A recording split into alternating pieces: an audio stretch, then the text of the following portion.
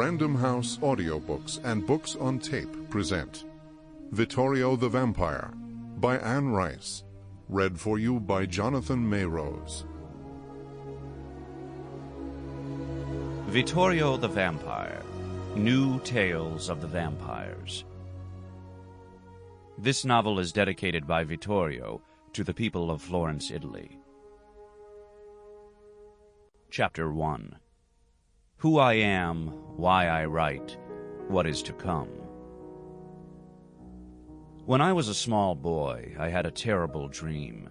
I dreamt I held in my arms the severed heads of my younger brother and sister.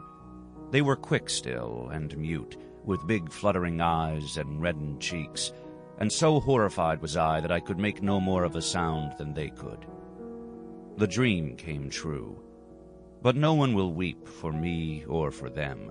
They have been buried, nameless, beneath 5 centuries of time. I am a vampire. My name is Vittorio, and I write this now in the tallest tower of the ruined mountaintop castle in which I was born, in the northernmost part of Tuscany, that most beautiful of lands in the very center of Italy. By anyone's standards, I am a remarkable vampire, most powerful, having lived 500 years from the great days of Cosimo de' Medici, and even the angels will attest to my powers, if you can get them to speak to you. Be cautious on that point. I have, however, nothing whatsoever to do with the Coven of the Articulate, that band of strange romantic vampires in and from the southern New World city of New Orleans, who have regaled you already with so many chronicles and tales. I know nothing of those heroes of macabre fact, masquerading as fiction. I know nothing of their enticing paradise in the swamplands of Louisiana. You will find no new knowledge of them in these pages, not even, hereafter, a mention. I have been challenged by them, nevertheless, to write the story of my own beginnings, the fable of my making, and to cast this fragment of my life in book form into the wide world, so to speak, where it may come into some random or destined contact with their well-published volumes.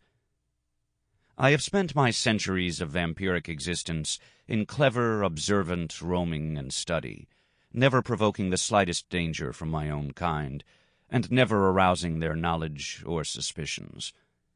But this is not to be the unfolding of my adventures. It is, as I have said, to be the tale of my beginnings. For I believe I have revelations within me which will be wholly original to you. Perhaps when my book is finished and gone from my hands, I may take steps to become somehow a character in that grand roman fleuve begun by other vampires in San Francisco or New Orleans. For now, I cannot know or care about it. As I spend my tranquil nights here among the overgrown stones of the place where I was so happy as a child, our walls, now broken and misshapen among the thorny blackberry vines and fragrant smothering forests of oak and chestnut trees, I am compelled to record what befell me, for it seems that I may have suffered a fate very unlike that of any other vampire. I do not always hang about this place. On the contrary, I spend most of my time in that city which for me is the queen of all cities, Florence, which I loved from the very first moment I saw it with a child's eyes, in the years when Cosimo the Elder ran his powerful Medici bank with his own hand, even though he was the richest man in Europe. In the house of Cosimo de' Medici lived the great sculptor Donatello, making sculptures of marble and bronze, as well as painters and poets galore, writers on magic and makers of music.